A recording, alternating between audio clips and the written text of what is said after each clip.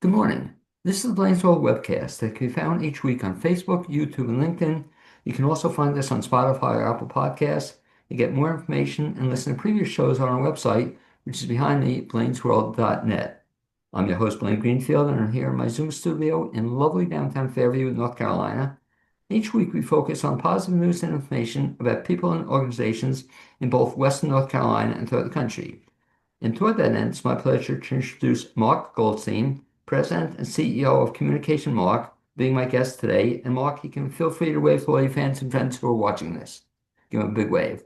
Okay, give him the big wave. And that is Mark Hello. Goldstein. I have Hope to everybody's thank, well.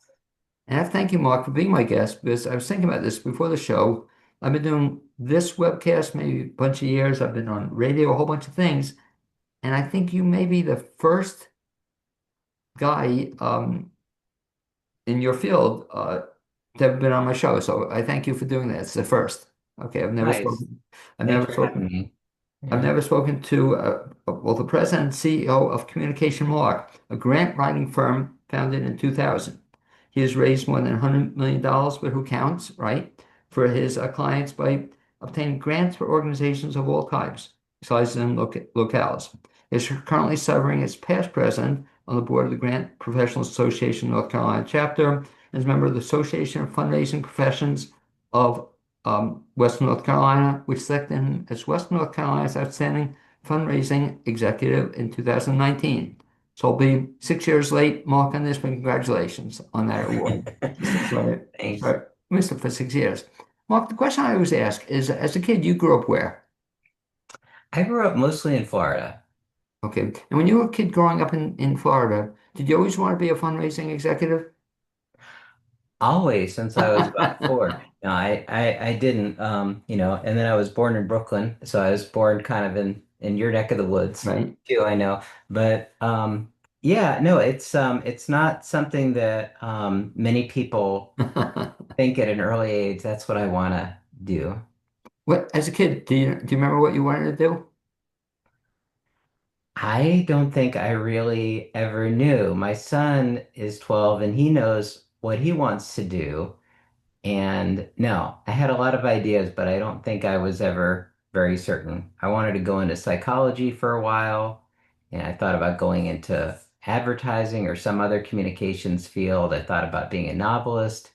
And a lot of those sorts of things and some others sort of came together actually in what I do. But no, I didn't know for a long time. So I kind of fell into what I do now. And what you said is kind of interesting because a lot of what you do does involve psychology. A lot of what you do does involve writing as well. But I'm very impressed with your son. What does he want to be at this point in time? Yeah, he wants to be a pilot now. Really? He wants to travel all over and cook and learn about different cultures because he has a passion for all those things. And Yeah. it's really cool when a kid like maybe I had at that age, I don't know if I had that quite as developed as he does, but it's really cool that he knows at least right now he wants to be a pilot. Yeah, I didn't. I wasn't like that. You don't want to be a pilot. No. No, I don't even want to go on the airplane most of the time. But Me yeah, too. he's a lot more decisive than I was at that age. Yeah. So you went to then high school, whatnot. You went to college. Did you study any of this in college? I had a sort of a create your own major. I was an interdisciplinary studies major, and I studied image and its impact on American culture. And so, again, in a strange way, a lot of it sort of prepared me for what I'm doing now because a lot of it has to do with communications and a lot of it has to do with how organizations present themselves to the world. But what happened was I graduated and I started writing for newspapers, freelance for a while. And I found myself just sort of gravitating. It's actually a really good way to figure out what you want to do when you grow up if you work for newspapers and you're not really sure if that's what you want to do, because because you have to come up with a lot of story ideas and you kind of gravitate towards the things that you're interested in. And so one of the things that I was really interested in was what was happening in the community, especially people who are helping people sort of living on the fringes and who were really struggling to live their lives and things like that. And so I eventually I became a community organizer in Boston and got into community work, and that pretty quickly, because of my writing background, sort of led me towards doing public relations and fundraising, and I stuck with grant writing. And what's interesting you said about the journalism, because when you say it, I kind of recall, yeah, I started out in college as a journalism major. And I don't know about you, Mark, but I'm just really glad I'm no longer a journalism major because it's not quite the field to be in. As a kid, it was so exciting. I wanted to be a sports writer, I wanted to do this. But to be a journalist now isn't such a great job anymore, I don't think. It's tough. It's Yeah. tough, isn't it? Because for all kinds of reasons, from AI to just numbers dwindling in terms of how many reporters are making a good living doing it, I think, and that kind of thing. But Penelope Burke, who is a really terrific fundraiser, who has studied donors and donor giving, I've heard her say, if you want a good grant writer, hire an investigative journalist. Oh, And it's a lot of the same skill set. And so and that's what I often do. I have to do a lot of research, and I have to really understand a lot of different issues, and write about a lot of different sorts of things. And that's one reason I still enjoy what I do after doing it for more than 30 years, because it's always interesting to me. I'm always meeting people who are doing all kinds of things. Actually, just started working with a group in Ukraine, and I have non-disclosure agreements with a lot of clients, um, so I'm being careful about some of the names that I throw out and things like that. But I'm working with a group that's sort of like, well, they do a lot of things for kids in Ukraine, and so that's terrific. I've never worked with a group in Ukraine, and it's really a period in time what's happening there. And so that's one thing I really enjoy about the work that I do. an exciting thing it sounds to me is probably you're always doing different kinds of things. It's not Right. like every day. Just go back to the grant writing. I'm fascinated in the sense that when did you start writing grants? When did that come about?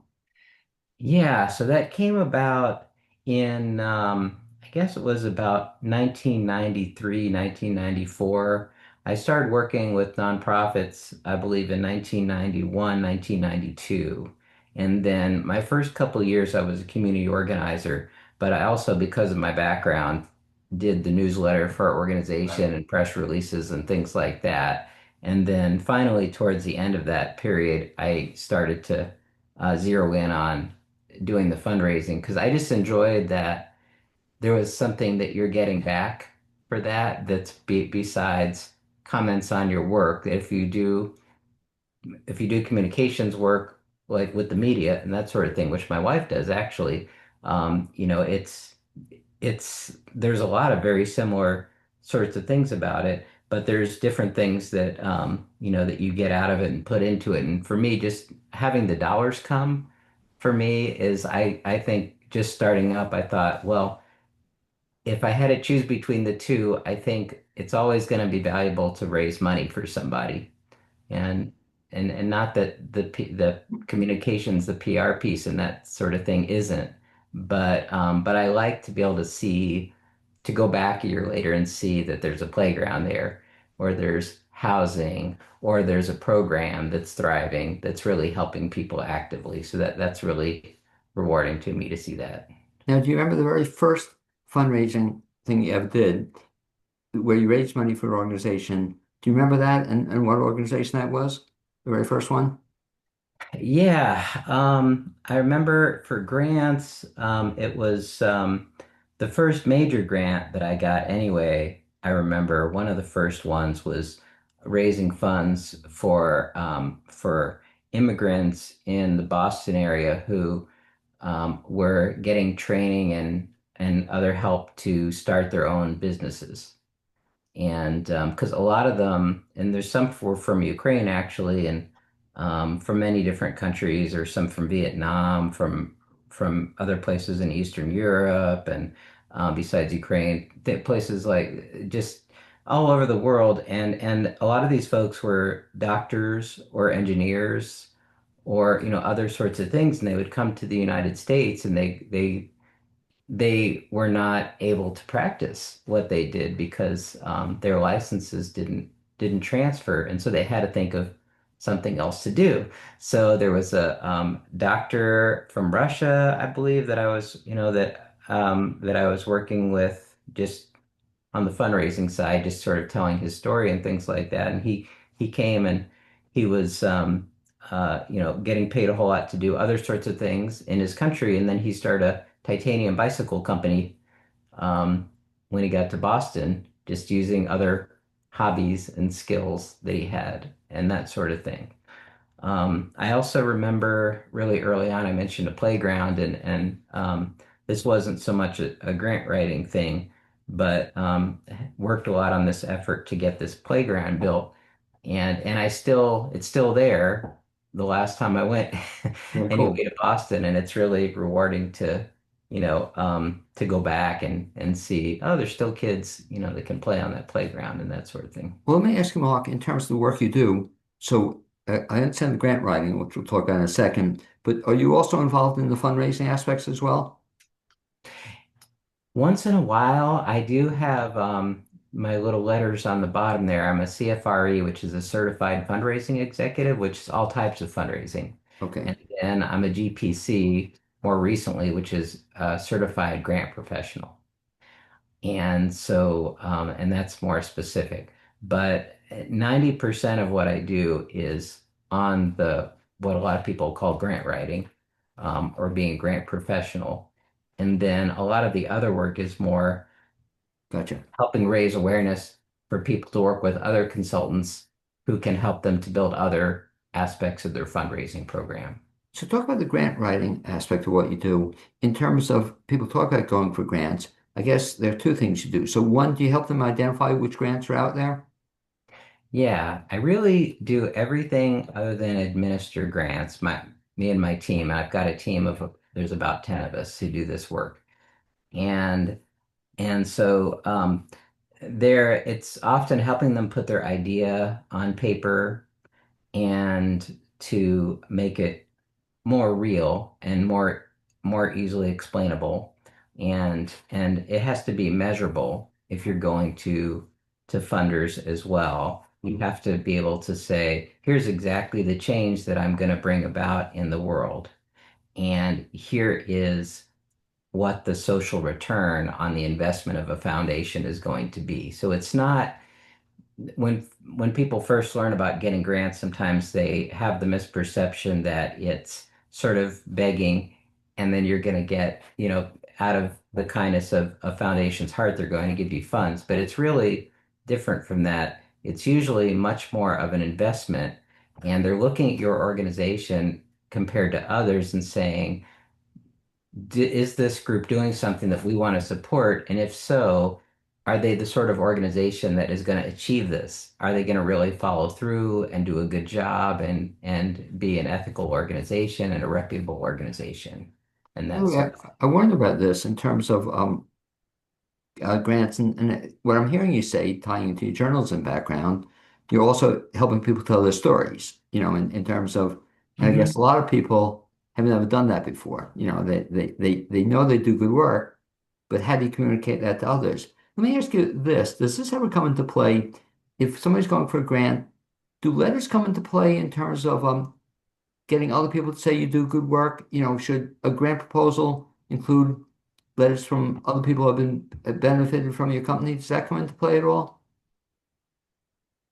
As far as, I'm sorry, Blaine, can you I'm just, sorry, as far as getting the grant. In other words, if I yeah, come to you, I want a grant, and I say, Mark, we do good work.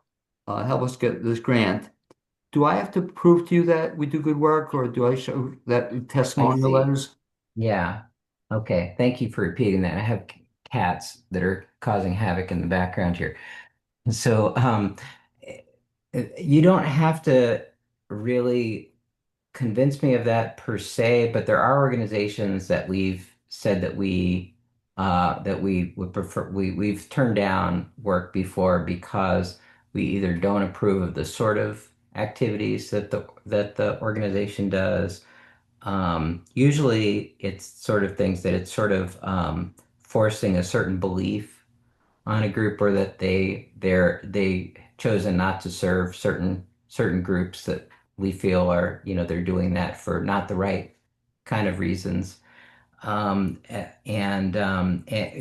we're seeing that a group isn't ready, you know. But most of the nonprofits that come to us, they're doing really great work. It's just kind of a matter of, are they really in a place where we can help be a good help to them and help them get to where they want to go. Does your organization help us find the grants as well? Yeah, so we help the organizations to really look at what are the needs in the world they're addressing, what are the strategies that are the best practices they're going to use to achieve what they're trying to do.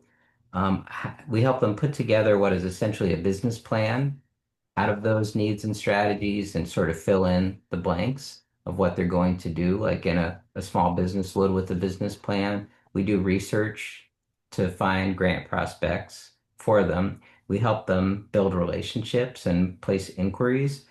Of course, we write the applications, and then after they get the grant, we also help them to put systems into place so they're going to be good stewards of the funds, and they're going to be able to properly do evaluation and reporting of what they do.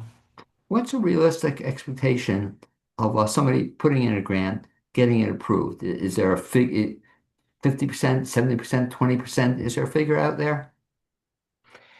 So there's a lot of different figures. And the latest one I've seen, I believe, was around about 25%, something like that. But it really varies greatly depending on all kinds of factors. So we have a success rate that's typically each year, it's usually around 70% Wow. success, which is a really good success rate. It's not, it's, you know, it, it depends who you're working with, though, and how often they've gotten grants in the past. So we work with some organizations that they already have a pretty good track record, and then we work with others who they've never gone for a grant before at all. And so we know that it's gonna be a little bit of a mix, and we sort of prepare our clients for that. And then there's some that they're asking for something that isn't commonly supported, or they're going for some applications that are really super competitive, that are national competitions, and those, of course, are harder to get. And so it also has to do with what's the level of risk that the organization is taking, and how established is it? In terms of things changing for the whole fundraising industry, I guess it's certainly true. And even in terms of grants and what's happening in the government, it's changing the nature of things a little bit.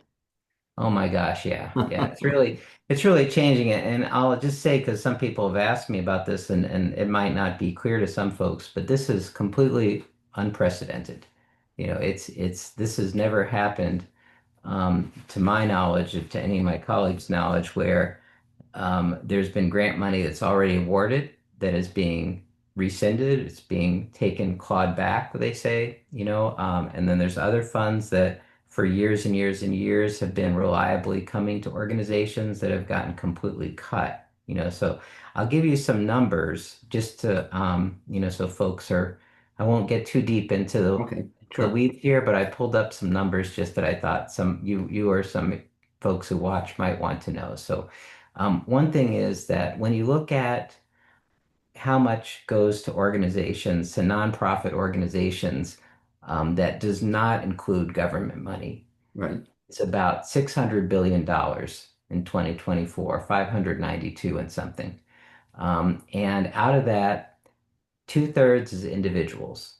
66% is just people like you and I who are taking out their checkbook or sending PayPal or whatever. That's 66% of the giving, which is $392 billion.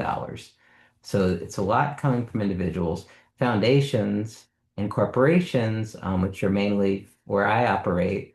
Foundations is 19%, corporations is 7%, and then bequests is 8% of the giving. So that was for 2024 latest numbers that have just come out in terms of the analysis.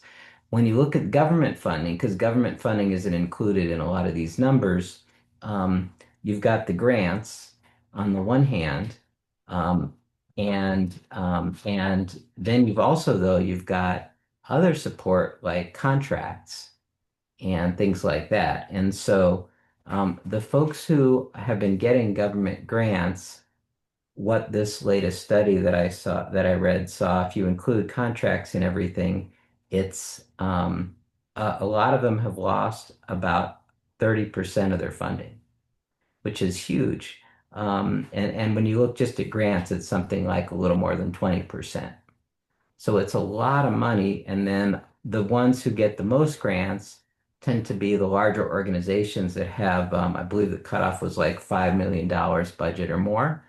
And about 55% of that funding has gone away. So it gives you an idea, that it's a huge amount of money, and if foundations were to replace it, they would have to give 282% more than they gave last year.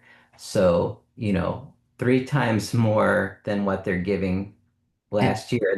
That's just not able to I happen. was going to say, yeah, I don't think in your lifetime, my lifetime, that's Yeah, going to and that's happen. every year. But Yeah, that's kind of sad because it affects yeah, not only organizations, but affects people who work in the organizations, and it it's just does. incredible that, like you said, it's being taken away or just stopped or, the funding. It'll be a challenging, I guess, in your industry, it's already challenging 2025 and going to get worse.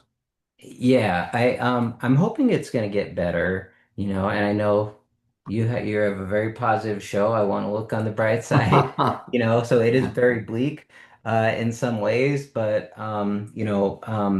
finally there are some more federal funds that are starting to roll out. Everything was just completely frozen until about a couple months ago, but there's still a lot of organizations that are really struggling now from this and are going to struggle more, especially if things go the way they appear they're going to go with Medicaid, which that's not going to kick in until I think it's the end of 2026 for a lot of this. But a lot of the food stamps money, SNAP, it's called now, is being taken away. That's a lot of that's going away. And then the Medicaid, you have to remember that it's not just the folks who are with low incomes who benefit from that.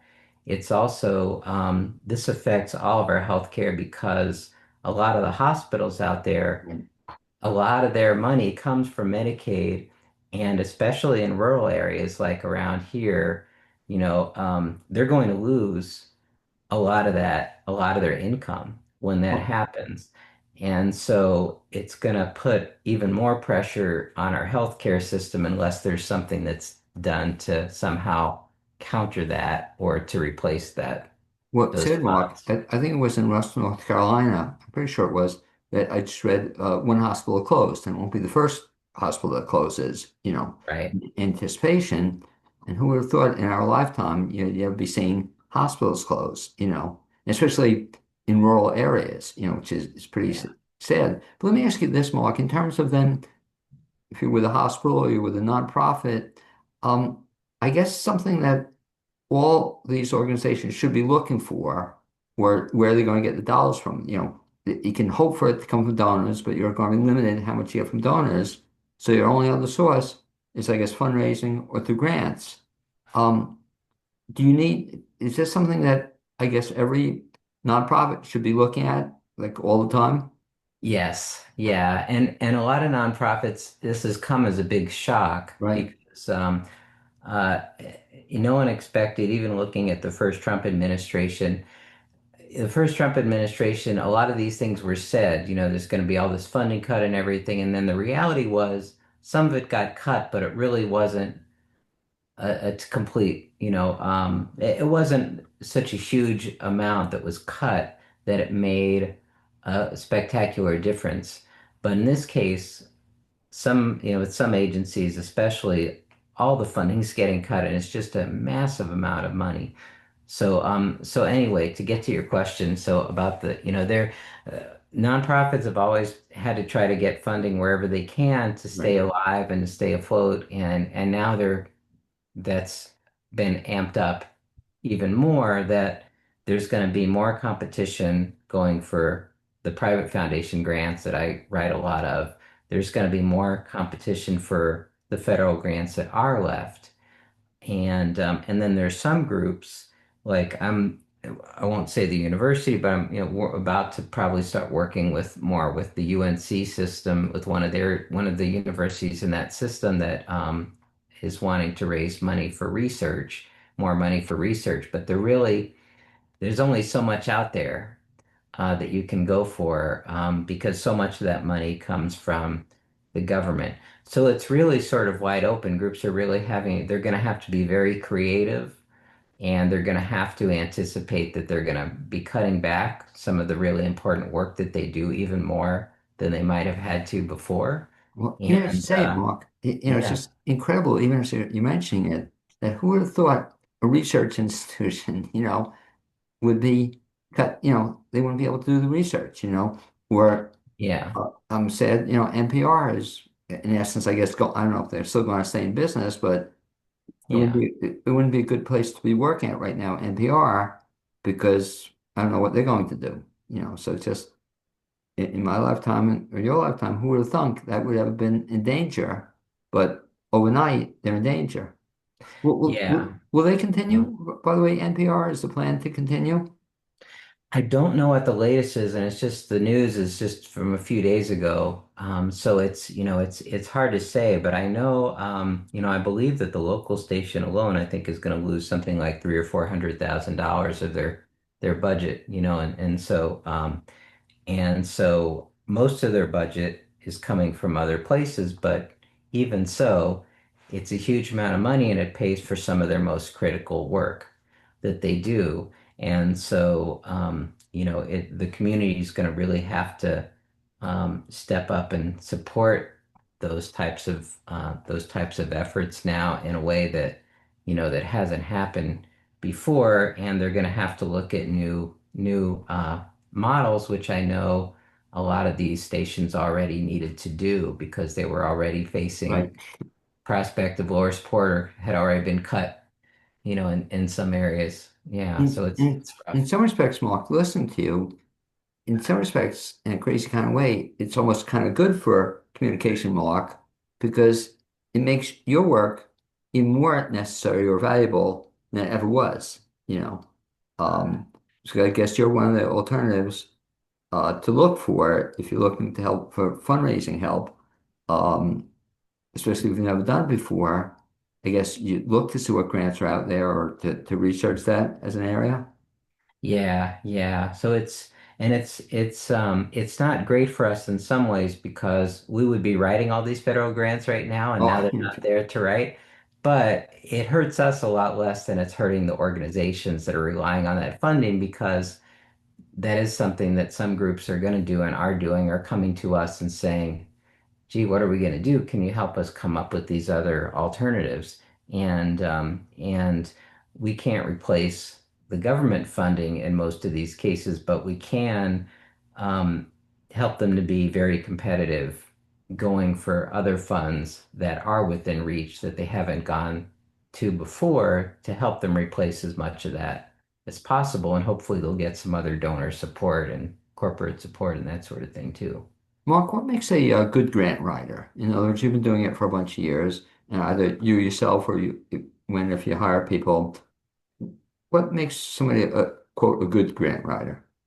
Well, it's there's I'm a member of Grant Professionals Association, which is a great organization, and they grant writers, I wouldn't quite say it's a bad word, but we're supposed to call ourselves grant professionals, and the Okay, reason for that, and I still say grant writing a lot me because people too, don't know what right? it is, but grant writers, just to preface the answer to the question, you're not just a writer by far. You've got to be a researcher. You've got to be able to communicate with people and get information out of them that you need and follow up with them to make sure you get the information. And you've got to be encouraging and be full of ideas so that you can come up with clever arguments to get these funds. So there's all kinds of things. But to me, the most important thing is not the writing, but it's the strategic piece of it. Is that um, and this is something that I'm really strong in that for many, many years, I didn't realize how special that is because to me, I just do what I do. But what I found, especially in trying to hire folks who do it, even people who have been grant writers for a long time, they're not always good strategists. And so the most important thing is that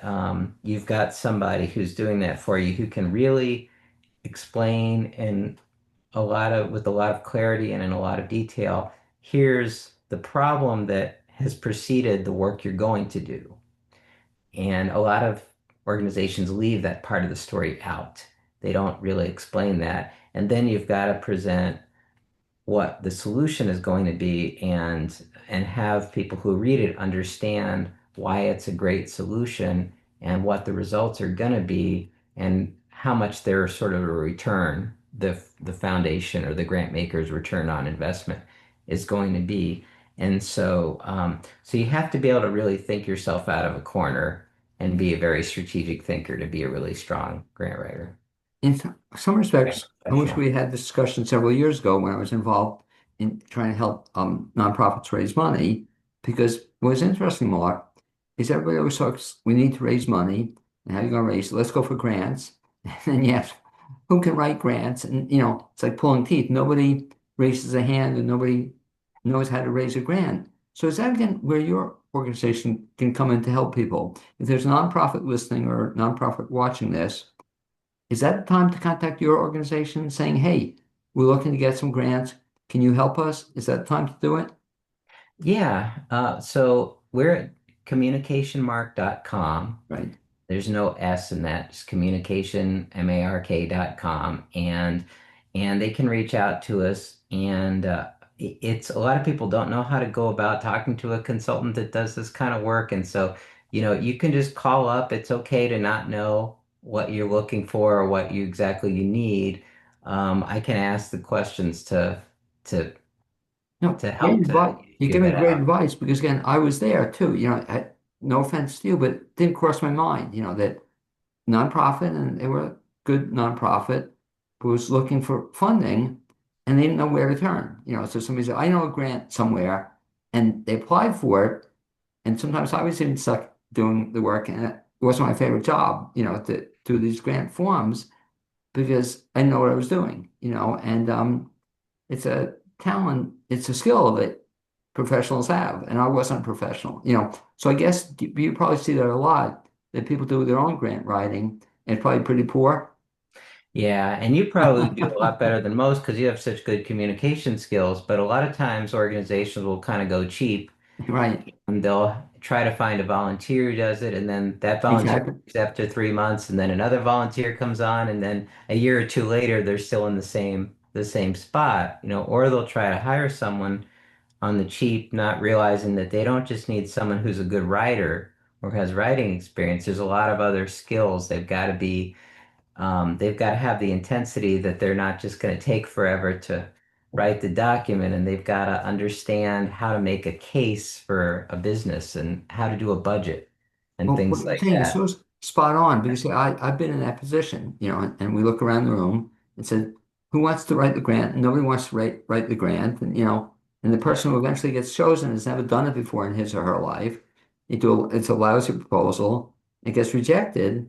Whereas yeah, in retrospect, we would have been better off going to professionals and, going that route. But a lot of people never do. I guess they never think of that's it. right. That's right. And it is more expensive to hire someone like me who does it, but you spend a lot less time zigzagging around and making mistakes and you might not ever get somebody in who is really good enough at it to where you're going to have a success, and then by then you put your worst foot forward to some of these funders, and they might not be as interested the next time you come around and that sort of thing. And so for a lot of organizations, especially if it's something that they need some extra capacity to do or that's not their favorite thing to do, then they can hire us and we don't have to be there all the time, but we can work with them, the times during the year when they've got a lot of applications and they still have, it's not like you can just hand it to us and disappear, of course, because we don't know anything about what you do. So we need things that are either already in writing or we will ask the questions we know we need the answers to and that sort of thing. But after that part, that takes a while, but after that, it gets easier and easier for us to just write on behalf of the organization under their direction and with them reviewing all of our work, and so that's what we do for a lot of organizations. Last question, Mark, in terms of somebody working with you, is it kind of a dollar figure in mind that both, more so the organizations should keep in mind that we're interested in going for grants? And, it doesn't matter what number I give you, but is there some lower level or some upper level that it's time to work with you at that point in time? hmm It really does vary. So, but it usually costs, if it's a private foundation proposal, it's usually going to cost you about $2,000 to $3,000 to work with us on a private foundation proposal. There's often other planning that's involved in that sort of thing. So, like I say, it really does vary. A lot of times what we'll do is we'll work with an organization. Over the course of at least a year. So a lot of our contracts are about a year long. And again, it really does vary tremendously, but most groups that we work with, it's somewhere between about $20,000 and 50,000 or so, depending on what their needs are, how many applications they need, and so forth. Sometimes less, sometimes more, but it's sort of usually in that sweet spot somewhere. The other thing is that we work with Dogwood Health Trust with their leverage fund, and we work with Blue Cross Blue Shield Foundation of North Carolina too. And both of those funders, and this is something, by the way, that's probably going to become more and more common, they have funds that are leverage funds. And essentially, what that means is if you're a grantee of one of those groups, sometimes they'll let some others in, but right now, the way they're doing it, usually you have to be a grantee. They will pay us themselves to write the grant for the organization. And so sometimes we know of some ways where we can help the organization that reaches out to us to get some support, if they can apply to one of those funders or to somebody else for help. So there are some funds out there these days that pay for grant writing. And so it's worth checking in with us if you're unsure, even if you're not sure about the budget. If you can't, you might be able to have a foundation support you or one of your donors support you, and if that doesn't work, at least you'll kind of know, all right, here's what I have to do over the next year or two to get to where I can have somebody working with me on grants and where I can expect to have more return on investment for it. And again, Mark, the best bet in terms of finding out about, no, I'm Mark Goldstein, but in terms of your organization, best bet was the website you mentioned, and what was that again? Yeah, be communicationmark.com, and it does have my phone number on there and my own email and that sort of thing. And so um, people can reach out and I'd be happy to talk with them more about it. And there's no charge to do that. I can just give some information and explain what it would involve. And very good advice. Again, I'm sorry I didn't hear that years ago, from you. But again, it's a shame because it just wasn't, the process was who wants to write a grant, and then you look around the room, nobody wants to write it, and that's unfortunately how too many organizations exist, and they don't get the grants, or they get very small grants, and it's a shame. Really, Mark Goldstein, thank you very much for being my guest this edition of the Blaine's World webcast. Thanks, Also, I Blaine. thank my producer, Cappy Setti. Hopefully, one of these years again, we'll get to bump into each other. That'd be great, Mark. Yeah, we need to do that. Okay, Yeah. man. Thanks so much, Blaine. Thanks an awful lot.